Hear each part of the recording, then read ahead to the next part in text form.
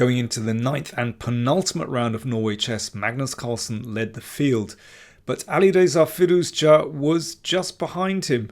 So could Firouzja defeat Carlsen and leapfrog into the lead? Let's take a look at the game. Don't forget to like, comment, share and subscribe, and do consider supporting us via PayPal or Patreon and help us keep the lights on.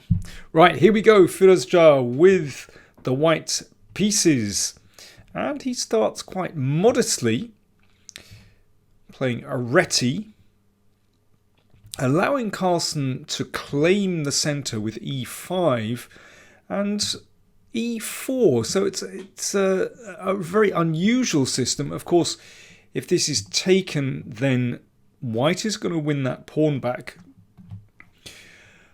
So d6, we've seen so often that Carlsen really likes this pawn structure, just clamping his opponent in the centre.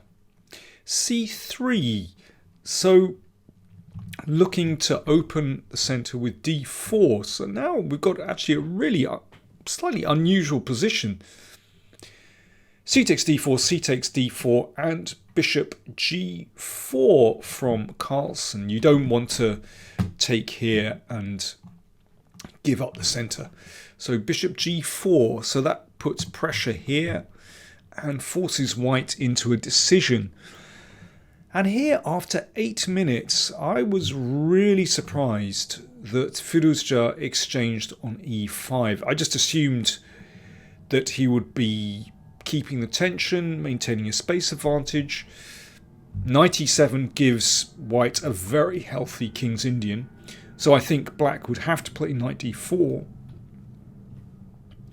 And that knight is pretty nice on d4, but, well, I would prefer to play white here just because that's a nice bishop, and at some moment we're going to be able to do something about that knight on d4.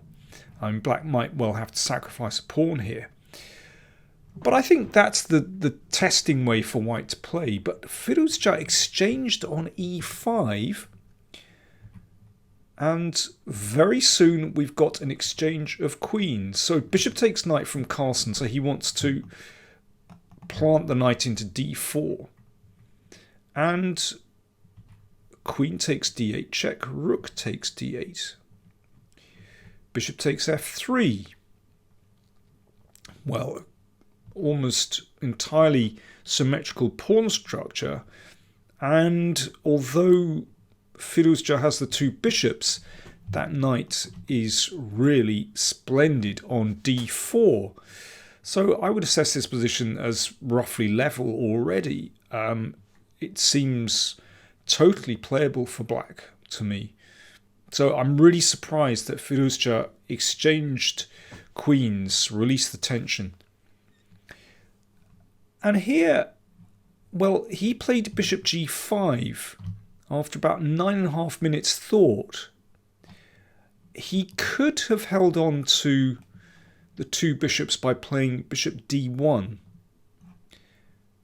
and played, for example, f3 and bishop e3.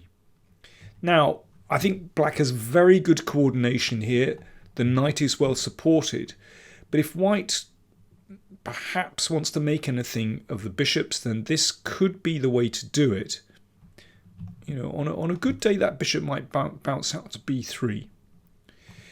But bishop g5 played after 9.5 minutes, and we have, well, after this exchange, almost a symmetrical position again.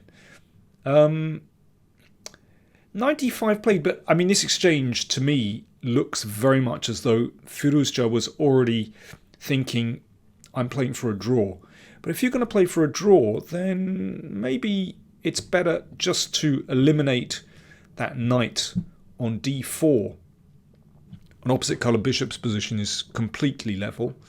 And if black wants to play on, the knight would have to retreat, which looks like a safer way for white to play. But knight d5, after 16 minutes thought, Firouzja already investing a lot of time in this position. So 9.5 minutes just on bishop g5, 16 minutes on knight d5. Well, Carlsen didn't maintain the symmetry with king g7. Instead, rook d6, played very quickly. Rook c1 looks normal, but that took 3 minutes. Bishop d8. Okay, so Magnus is starting to flex his muscles here. He wants to play this one on. Now, is he justified? Still hard to believe that black has anything in this position. But he's trying. Rook c8 is possible here, but I guess he's probably... Firouzja was probably concerned about f5. In any case, he played rook d1, which looks absolutely fine. But it took him 6 minutes to make that decision. More time invested. Knight e3, rook a6, attacking the a-pawn, a3, and h5 from Carlsen. So good move, taking away the g4 square, and maybe with the idea of playing the pawn to h4 as well. That could be rather useful. Of course, one would like to play h4 here, but rook f6 is possible. Now, let's just have a very quick look at that. Firouzja was probably worried about this. The bishop is, well, it doesn't have a good square to go to, but in fact, after this, knight d5, there's a little trade here. Now, black wins a pawn, at least temporarily, but that rook can be active on the c-file. White's king is better than black's. That pawn is vulnerable. It should be a draw. Knight c4 played instead by Firouzja, attacking this pawn. So presumably he was concerned about that rook move, rook f6.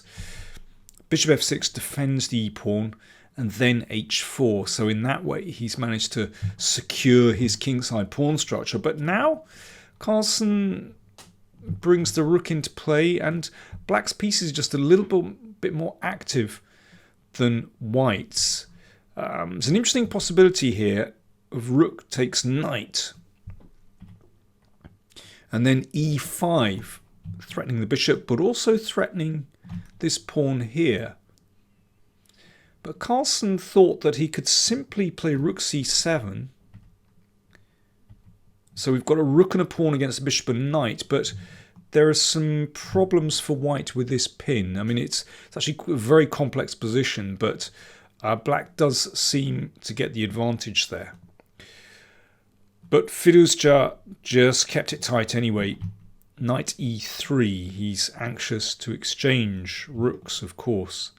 So rook c6, rook takes rook, and rook takes rook. So, well, it's small margins here, but Carlsen does have control over the c-file. There's no doubt that if anyone is better here, that it is black who is better, just by a little bit, because that rook is on the open file, and yep, the knight looks good here. Of course, the knight, white's knight, would like to go into d5, but not if it allows the rook into c2. So black is definitely getting the upper hand now. Rook d3 played, bishop d8. That bishop bouncing around to a better square, looking over at the queenside, and stepping out of range of the knight potentially. Bishop d1, Firouzja does the same. Rook c1, so that rook entering in the position, so it's getting a little bit tricky for white now. And Carlsen had a massive time advantage here. I can't remember exactly what point it was, but Carlsen was ahead on the clock by an hour. You know, he was playing very fluently, but Firouzja was hesitating. b5 takes away a good square and starts potentially a squeeze here. Rook d1, now it starts to get very tactical. It's a very tricky position. Carlsen simply withdrew the rook, but knight takes b3 was a move that he investigated. Rook takes bishop, And now rook b1. And now there is a way out for white. You can see that the d2 square is covered by the knight. So that's rook d2 defending isn't possible. But in fact, rook d3 is a good move. Carlsen saw this defense and realized that actually white was okay. Yeah, if the knight retreats, then b4. And if rook takes b2, there's a little tactical defense. Knight d1 attacks the rook. Can't move away because of rook takes knight.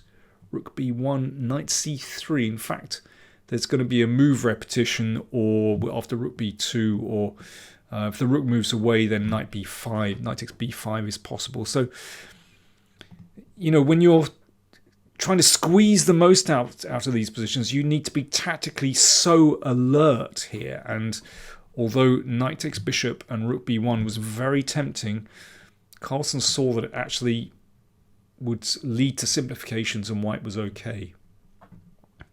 Rook c8 instead, simply maintaining control over the open file. Bishop a2, the bishop was attacked, and the squeeze continues, a5. So looking just to fix those pawns, and then you never know, on a good day that bishop might fly in. Rook d3, a4. And here is another big moment where the defender has different options. Which one do you go for? Firouzja played king f1. He could have played rook c3.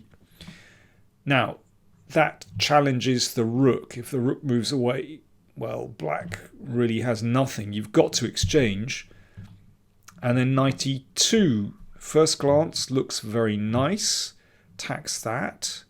Knight d5 defends. Bishop a5. And here, actually, white is okay. c4. Again, very tactical. Knight c1, you have to calculate precisely. And also speak correctly. C takes b5. Knight takes a2. b6. And actually, difficult to stop that pawn. So after this, well, that is just a drawn endgame. So rook c3 was actually a clean way for white to make a draw here. But it involves calculation, and at first glance that looks as though black should be winning that endgame.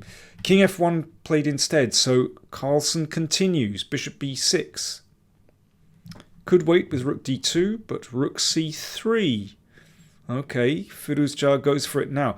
King f1, of course, was played with the idea of preventing knight e2, although, as we saw, actually white would have been fine. But he has managed to exchange rooks, so in some ways that's an achievement, but you can see that the pawns are split and black's pieces are active. King e1 played. Bishop c5, weak pawn on a3, knight c2. And here Carlsen was critical of his next move, of his own move. He played knight c1, but he thought afterwards that f5 actually, starting play on the other side of the board, was stronger. And here e4, well, black is pressing here, and if the king can come up the board and, you know, maybe you get in f4, this pawn could be weaker. Certainly black can try there. It's certainly not winning, not yet, but there are chances. Instead, Carlsen went for knight c1, and we're going to have a tactical sequence here, basically. This is forcing. So Carlsen wins that pawn on f2, but Firouzja goes for these pawns on the queen side. And here f5 is critical, but after this, in fact, White should be okay in this position. I mean, it's quite complicated, but it should be all right.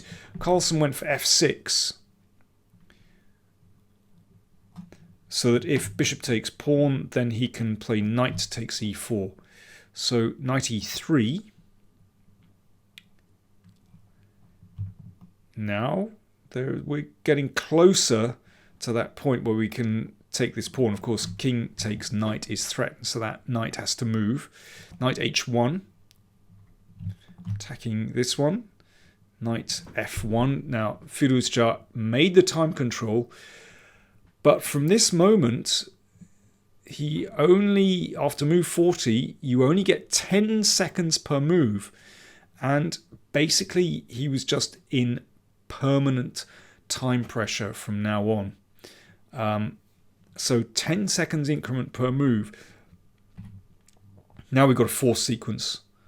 So after these very quick moves, then the Iranian actually had gained time on the clock, but not that much. And basically he's just under pressure here. All the pawns on the same side. Carlsen a pawn up. Opposite colour bishops. But crucially, there's a knight that can dance around. Should be a draw, but when you've got so little time, and Carlsen is squeezing away, then this is not easy at all. G4 looks very reasonable to exchange more pawns. Pawn takes pawn, pawn takes pawn, knight f2 check, king f3. King h6. On a good day, that king might be able to march up to take the pawn, but not so easy. Knight g3. So how do you make progress here? Well, it'd be nice to put the knight on f4. That's a nice square. On a good day, that bishop can bounce around here and create problems. But actually, white has a good defense here. Bishop e8, that's good. So that ties black down to a certain extent.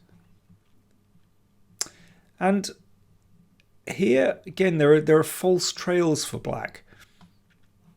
Bishop f2 looks as though it could be the move. If you can exchange off bishop for knight and put the knight on f4, that holds the g-pawn. And then we might be able to maneuver with the king. That's interesting. Problem is, after bishop f2, white can exchange. And even though another pawn drops, so it's 2 pawns advantage, this is completely drawn. Basically, black is going to need to get in f5, and that's, well, you can see it is completely impossible. Gets nowhere. So that would have been a draw. So Carlsen avoided bishop f2 but went for knight f4 to just hold things on the king side for the moment. And once again, you don't want to exchange knights. That's just a dead draw. So knight e6. Carlsen thought the knight h5 might be a better try, but frankly, it's all much of a muchness at this stage. It should be a draw. Should be a draw. Should is the operative word there. Carlsen with all the time in the world and Firouzja with very little time. Basically not, seconds on the clock. So there we go. Carlsen getting closer to that move, bishop e1. Therefore h5 to exchange pawns. Bishop e1, just in time. The knight moves, then king takes. And if white takes here, then that's no good at all. Black will win that one. So bishop takes pawn on g6. Bishop takes knight. And king g5. So Carlsen's got rid of the knight. And he can come around to take that pawn on h5. So the game is reaching a climax. Knight e2 check. There we go. The knight spins round to f4. Now, how do you approach this one? It's possible to play h6 and sit the king on g4. And this should be a draw. But black could play for hours here. The knight, for example, could sit on e7 or g7, or maybe d4, and the black king could try to enter into the position this way. Basically, black could play for hours here. And I can understand why Firouzja wanted something cleaner than that when he was just playing on seconds. Knights are tricky beasts. So instead, he decided he was going to go for the king and pawn endgame. Let's take a look. Was his judgment correct? Well, it was correct. This is a draw. Now, the only problem is you've got to step on the right squares. So, for example, this is what happened. Here, you've got to get it right. What would you play here? He played king h4. That's correct. Instead, if king g4, double question mark, king g6 would actually win. If the king steps back, black's king would step forward and squeeze over to win the pawn. And if king h4, then f5 wins, because in this position you gain the opposition. So you can see how tricky this is. So king h4 played, correct. King g7. Once again, king g4 would be a mistake because of king g6 winning the opposition. So king g3. So an excellent example of the distant opposition. King f8. Be careful. Once again, king g4 would be a mistake here. King e7 would win. The king would actually get this far. So king f2 is correct. See, there are so many pitfalls here for white. King e7. King e2, correct. King e8. Oh yeah, Magnus is getting tricky. Of course, he was playing very quickly.